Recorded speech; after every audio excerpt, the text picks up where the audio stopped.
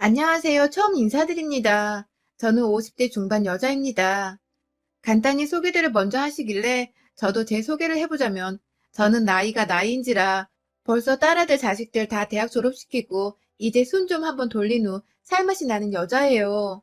막내까지 재작년에 취업을 했고 다달이 애들이 10만 원씩 가끔 20만 원씩 넣어주는 월급으로 소소한 재미를 느껴가며 사는 주부입니다. 남편도 회사를 은퇴했고 지금은 저랑 같이 집에서 하루 종일 코로나 때문에 못 나간다고 붙어 살면서 젊은 적 돈 버느라 못 해봤던 취미들을 해보면서 살고 있어요. 그래봤자 집에서 커피 한번 내려보고 처음으로 미니 오븐이란 걸 들여서 집에서 빵을 굽는 게 전부지만 말입니다. 소소한 것이 주는 행복이 너무 좋아서 나이가 들어 슬펐지만 기분만큼은 전혀 우울하지 않은 그런 인생이라 생각했습니다. 그런데 참 이놈의 동서만 생각을 하면 제가 꾸준히 정기적으로 속이 뒤집히네요. 아무리 생각 안 하고 살려고 해도 잊을만 하면 제 속에 연병을 떨어주는 동서 때문에 커피 한 잔을 마셔도 이게 커피를 마시는 건지 까나리 액젓을 마시는 건지 모르겠고 그렇게 한참 또 소가리를 하면서 지내다가 자식들 보면서 원산복구가 됩니다.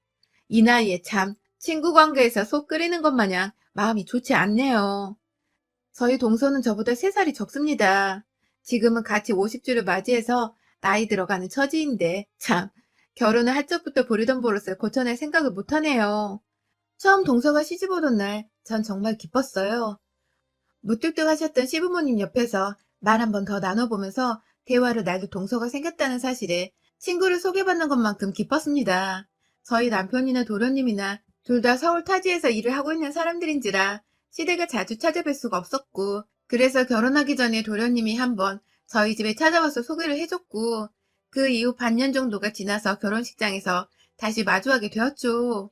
그 사이 결혼 준비를 하기 바쁠 것 같아서 저까지 연락을 하면 정신이 없을까봐 따로 연락을 하진 않았었고, 그렇게 결혼식에서 만난 동서를 전 누구보다 축하를 해줬어요. 참 곱기도 고왔고, 들어보니 서울에서 대학을 나오고 직장까지 다닌다고 하더라고요. 멋진 동서를 두게 돼서 남편이랑도 도련님이 장가를 참 잘 가셨다며 뒤에서 많이 기뻐했습니다. 그런데 결혼하고 나서 처음으로 진득히 대화를 하게 된 동서는 생각보다 제가 기대했던 사람의 모습과는 달랐습니다. 그때가 설날이었던 것 같은데 설을 시댁에서 처음 지내는 동서가 많이 긴장을 할 것 같아서 제가 옆에서 동서, 몸 피곤하면 언제든 말하고 무리해서 절대로 일하지 마? 라고 말을 했었는데 저한테 그러더라고요. 형님, 저는 형님처럼 안 사니까 걱정 안 하셔도 돼요. 라고 말입니다. 이게 참 순간적으로 지나가며 들은 말인데 기분이 묘하더라고요. 나처럼 사는 게 무슨 뜻이길래 나처럼 안 산다는 말을 할까 싶어서 기분이 좋지 못했습니다. 그럼에도 제사 지내는 와중에 식구들 앞에서 얼굴 안 붉히려고 그 말에 말대꾸 한 번은 하지 못하고 그래 다행이다 라고만 내서 경쾌하게 대답을 했어요. 그리고 그날 저처럼 안 산다는 게 무슨 소리인 줄을 단번에 느낄 수 있었어요. 동서는 코앞에서 시어머니가 갖다 놓으라는 것도 그냥 듣고서 가만히 있더라고요. 네, 저보고 하라는 소리였습니다. 제가 그 그릇들을 제사상에 다 갖다 놓을 때까지 동서는 옆에서 도련님이랑 무슨 얘기를 하는 건지 웃고 있기 바빴고 그날 제사가 끝내고 설거지를 하는 것까지 동서가 그 순간에 선물을 사왔다며 어머님 옆에 가서는 선물 증정식을 하는 바람에 제가 남은 가족들이 다 거실에서 하하호호 하는 동안 설거지를 끝마치고 나왔어요. 앞치마는 설거지물로 흥건하고 저는 하루 종일 음식하고 제사상 차리고 설거지까지 풀로 일을 하는데 왜 아무도 날 안 챙겨준다 싶어 섭섭하기도 하고 왜 동서는 나를 도와줄 생각을 못할까 싶어서 속상하더라고요. 그렇다고 동서한테 도와달라고 말하자니 형님 노릇 하는 것 같아서 기분 나빠할까봐 쉽사리 말도 못 붙이겠고 이 집안에서 핏줄 들은 내 남편이랑 도련님 두 사람인데 왜 엄한 며느리인 나 혼자만 이러고 있나 정말 한숨이 푹 나왔습니다. 그리고 그날을 계기로 동서는 상당히 아주 고의적으로 집안에서 일을 도와주는 걸 거부해 왔습니다. 지방이라서 휴일을 맞으면 다들 차를 타고 운전해서 시댁으로 가곤 했는데요. 꼭 매번 하루씩 더 늦더라고요. 저희 남편이 회사를 다니니까 하루 정도 여유를 두고서 시댁에 가는 반면에 동서는 하루를 더 늦게 와서는 꼭 늦잠까지 자고는 일어나서 첫마디가 형님 밥 좀 주세요 라는 거였습니다. 아휴 다른 집 며느리분들도 다 이런 식으로 큰 동서가 시댁에서 둘째 동서 밥까지 챙기나요? 저는 이 짓을 아이를 먼저 낳고 나서도 반복했고요. 애가 옆에서 보채는 거 달래가며 시댁까지 내려와 몸은 만신창이인데 옆에서 시어머니는 자꾸만 같이 음식을 만들고 제사 준비를 하길 원하시니까 또 쉬지도 못하고 일을 하곤 했는데 가장 바쁜 그날이 지나가면 동서가 시댁에 도착을 해서는 꼭 제게 밥을 차려달라 했어요. 옆에서 보다 못한 남편이 처음엔 안 그러더니 점점 저를 도와주더라고요. 당연히 남편도 손을 보태서 저를 도와야 할 일이었는데 그간 그냥 며느리 될 일이라며 남일처럼 보기만 하다가 동서가 하나도 거들어주지 않으니 본인도 저보기가 미안하고 딱했는지 슬슬 팔을 걷어붙였어요. 그러다가 이번에도 늦게 와서 저를 보자마자 어떠한 인사말도 없이 형님, 먼저 오셔서 다 해놨네요. 밥 좀 차려주세요. 라고 하는 동서한테 화가 쌓인 건지 남편은 재수씨, 참, 너무하네. 저랑 이 사람 어제 와서 이거 다 차리느라 얘 보고 일한다고 잠도 제대로 못 잤어요. 라면서 밥은 혼자서도 차려 먹을 수 있는 거 아니냐고 언성을 높였고 그 바람에 도련님도 놀래서는 상황 파악을 하느라 정신이 없으시고 겨우겨우 도련님과 제가 말려서 일이 일단락되긴 했지만 그 바람에 저와 동서의 사이는 더욱 껄끄러질 수밖에 없었습니다.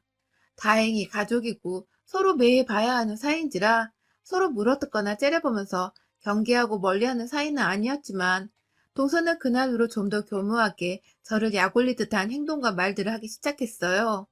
저희 집은 남편이 장남인지라 주기적으로 시부모님께 용돈도 드리고 있습니다. 더 정확히는 남편이 벌어오는 돈 중에서 제가 생활비 빼고 남은 일부를 시부모님께 계좌이체로 드리고 있었어요. 아무래도 남편이 저희 부모님 용돈까지 챙겨주려 하다 보니 저도 남편에게 고마운 마음이 들어서 시부모님 용돈까지 직접 관리를 하며 드리고 있었어요. 뭐 이건 각 집안의 사정이니까 주어라 마라 할 거리는 아니지만 아무튼 동선에는 학비 도움까지 다 받은 도련님마저도 입 싹 닫고 아무 용돈을 드리지 않고 있다고 하더라고요. 그런데 문제는 돈을 가지고서 동서가 저에게 시비를 걸기 시작한 겁니다. 어느 날은 어머니 옆에서 그냥 조용히 일을 도와드리고 있는데 또 역시나 늦게 도착을 해서 늦잠 자고 일어난 동서가 일어나 어머니께는 환하게 인사를 하면서 저한테는 그냥 하는 둥 마는 둥 보더니 잠깐 어머님이 자리를 비우신 사이 저한테 먼저 말을 꺼내더라고요. 아, 그냥 돈 줄 테니까 이거 다 형님이 하시면 안 돼요? 라고 말입니다. 제가 순간 정말 제 귀를 의심할 수밖에 없었습니다. 아무리 경우가 없다고 하더라도 이런 식으로 말을 생각 없이 뱉어내고 하기 싫은 티를 팍팍 내면서 엄연히 손윗사람인 형님께 돈 줄 테니 혼자 하란 소리를 하는 동서는 살다 살다 정말 처음 들어봤네요. 저희 남편도 돈을 열심히 잘 벌어오는 사람입니다. 제가 돈이 없어서 이 며느리 짓을 하고 있는 게 아니었단 말씀을 드리는 겁니다. 그래도 시부모님은 나이가 들어가고 계시고 이왕 하는 거 그냥 내 도리는 다 하자는 생각으로 옆에서 꿋꿋이 요리하고 제사상 차리고 남편까지 나서서 다 함께 도와주고 있는 마당에 도련님이나 동서는 도와줄 생각도 안 하고 시댁에 와서는 산책하겠다며 집을 나가서 동네에 있는 산이라도 타고 내려오는 건지 한참을 들어오지 않다가 오후 늦게 와서는 차려주는 밥이나 얻어먹고 해도 참 너무하더라고요. 그런데 이제는 돈을 줄 테니 아예 저 혼자 다 하라고 대놓고 뻔뻔하게 부탁도 아닌 애교를 부리며 주접을 떨다니. 제가 그래서 그렇게 돈 주고 나한테 밥 차려달라는 소리를 할 거야? 라고 물어보니 동서는 당연하다는 듯이 네, 그래도 되죠? 라고 하더라고요. 동서의 마찰은 또 있었어요. 뭐 꾸준하게 게으름 피우는 동서 옆에서 저 혼자 속 터지는 일들이 많았었는데 저 첫째가 초등학교 들어가던 때인데 아직 고등학교도 안 간 애한테 서울에 있는 대학도 못 가면 얼마나 부모님이 속상해하실까? 라면서 8살짜리 애 앞에서 한숨을 푹 쉬더라고요.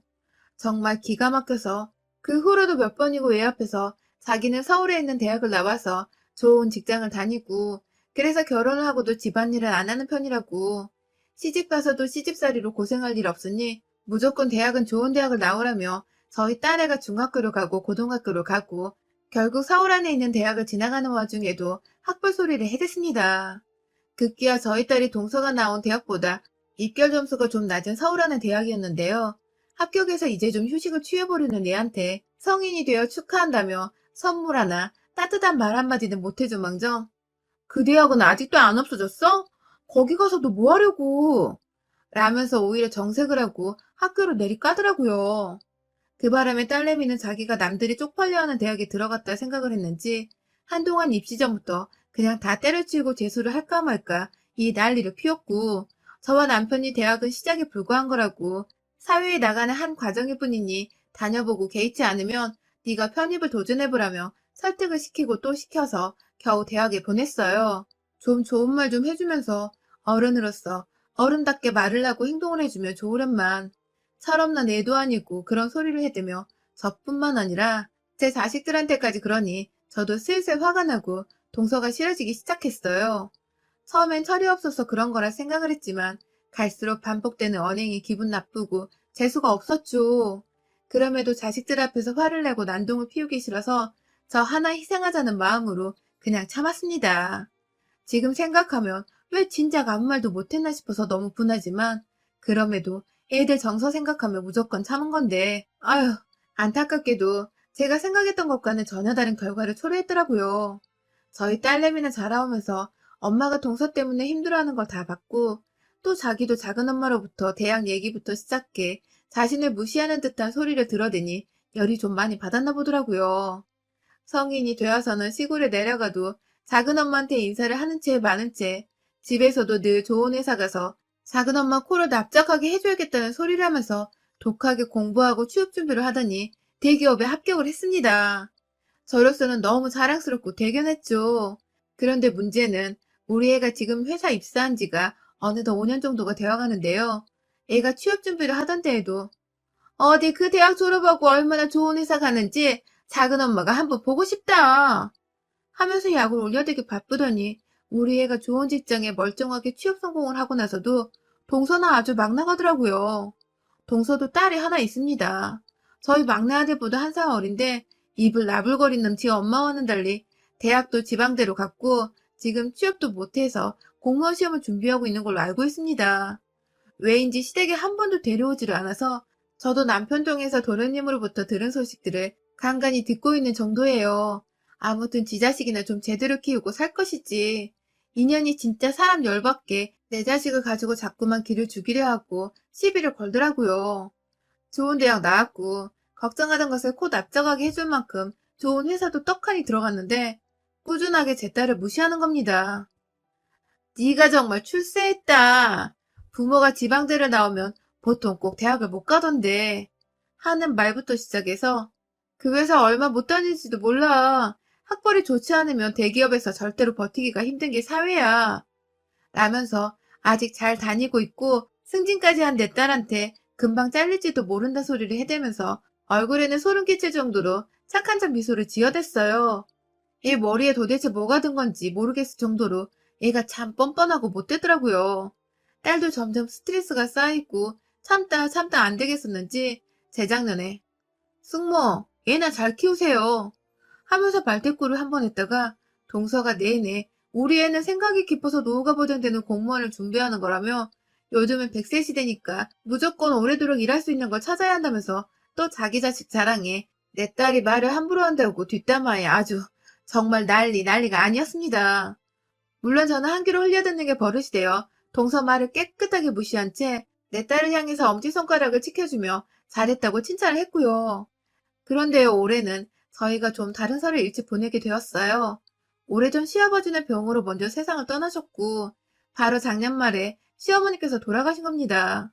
너무 멀쩡하셨던 분께서 갑자기 돌아가신 바람에 저희 집이나 도련님네나 코로나 뚫고 모여서 장례를 치르고 상 치르고 정말 정신이 없는 해였어요. 마음도 많이 울적했고 그냥 사람 인생 참 허무하다며 마음 좀 끓이는 와중에 올 초 49제를 위해 저를 한번 찾았다가 도련님네랑 다 같이 저희 집에 모였습니다. 다른 이유 없었고 그냥 시부모님이 다 돌아가신 마당에 우리도 이렇게 나이가 들어가는데 남은 가족들끼리라도 잘 지내야 하지 않나 싶은 생각에 남편이 먼저 꺼낸 생각이었고 저도 흔쾌히 받아들였죠. 남편에게 하나뿐인 동생인데 저랑 껄끄럽던 이유로 피부치를 멀리하게 할 수는 없는 노릇이었고 와이프들 문제 빼고는 도련님과 저희 부부는 정말 잘 지내는 사이였거든요. 아무튼 그렇게 저희 집에 도착을 했는데 저희 아들은 회사 가까이인 분당에서 자취를 하고 있고 저희 딸은 저희 부부랑 셋이서 살고 있는데 그날 저녁에 딸이 퇴근을 하고 집에 왔어요. 저희 부부랑 도련님네 부부는 아주 간단하게 이른 저녁을 먹고는 잠시 커피를 마시는 중이었고요. 간간히 동서가 평생토록 만족하면서 살았던 저희 집 평수를 들먹이면서 형님은 아무리 셋이서 산대도 이렇게 좁은 곳에서 사라져요? 하면서 집 가지고 또 뺀질거리는 소리를 해대길래 제가 한 번 또 한숨 쉬며 찻잔을 엎으려다가 양 옆에서 절 애처롭게 바라보는 남편과 도련님 눈빛에 참았습니다. 아휴, 말들아 떠는 건 나이가 들어도 절대 고쳐지는 게 아니구나 싶어서 어찌나 속이 터지고 또 안타깝던지요. 그러다 딸이 집안에 들어왔는데 아휴, 불안하더라고요. 딸은 숙모를 좋아하지 않는지라 집에서 마주한 동서를 보자마자 표정 관리를 못했어요. 안녕하세요 하고 인사를 하고는 그냥 방 안으로 들어가는 딸한테 저녁 먹었는지를 물어보러 따라 들어가려는데 뒤에서 동서가 그러더라고요. 아휴, 얘가 저렇게 어두워서 시집이나 제대로 가겠어요?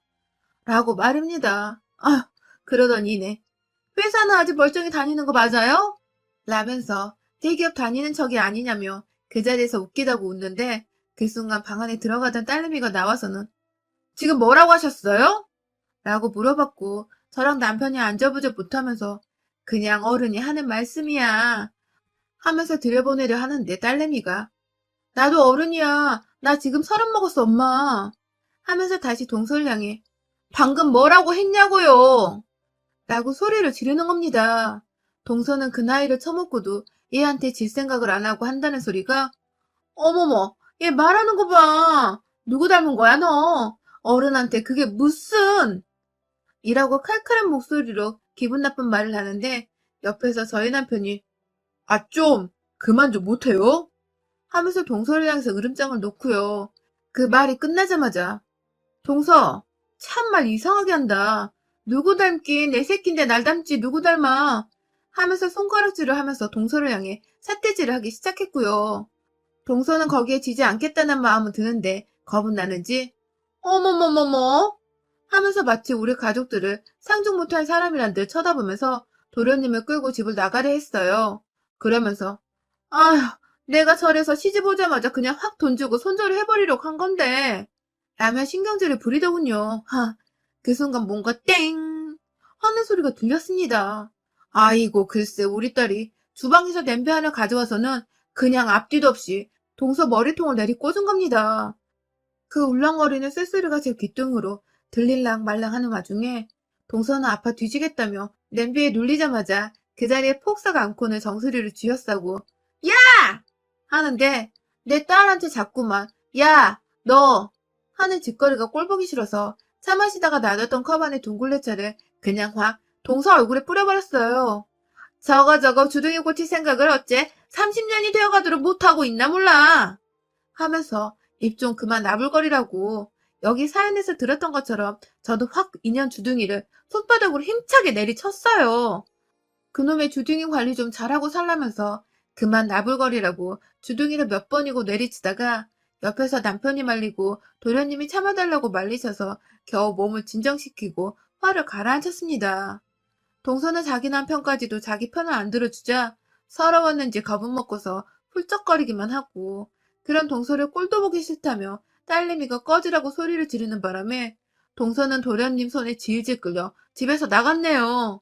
나중에 들어보니 동서는 도련님과 이혼을 하겠다 말겠다 난리가 났고 도련님도 도저히 관리가 힘든 건지 어찌 해야 할지 모르겠다며 저희 남편한테 힘들다고 하소연하는 전화가 왔어요. 뭐 제 입장에서는 처음부터 마누라 간서 제대로 못했던 도련님의 책임도 일부분 있다고 생각이 드는지라 다 뿌린 대로 거두는 거라 여겼고요. 아무튼 남편부터 시작해서 딸내미의 냄비 한 방, 그리고 저희 주둥이 가격으로 완전 KO를 시켜버린 동서는 앞으로 다시 볼 생각도 없고 시어머니 돌아가신 마당에 저희끼리 그냥 간소하게 도련님 불러서 온 마음 다해 제사를 지내보려 합니다. 어찌되었든 자손들이 정성스레 마음 써주는 걸 조상님들도 가장 바라는 것일 테니까요. 진작에 주둥이 나불거릴 때 그 입을 꿰매버리겠다고 쳐줬어야 했던 건데 아휴 왜 이제와 이지랄을 떨었는지 다소 아쉽긴 하지만 그간 결혼 생활하며 동서한테 쌓였던 화들을 한 번에 씻어낼 수 있었던 연초의 깜짝 이벤트였네요. 앞으로는 매해 온전히 가족들과 평온한 마음으로 명절을 지내볼 수 있을 것 같아 벌써 설이 기대가 됩니다. 나이 50줄에 손으로 사람을 칠 줄은 몰랐는데 막상 얄미운 년 하나 때려보고 나니 속이 너무 시원하네요. 여러분의 생각은 댓글로 남겨주세요. 오늘도 시청해주셔서 정말 감사합니다.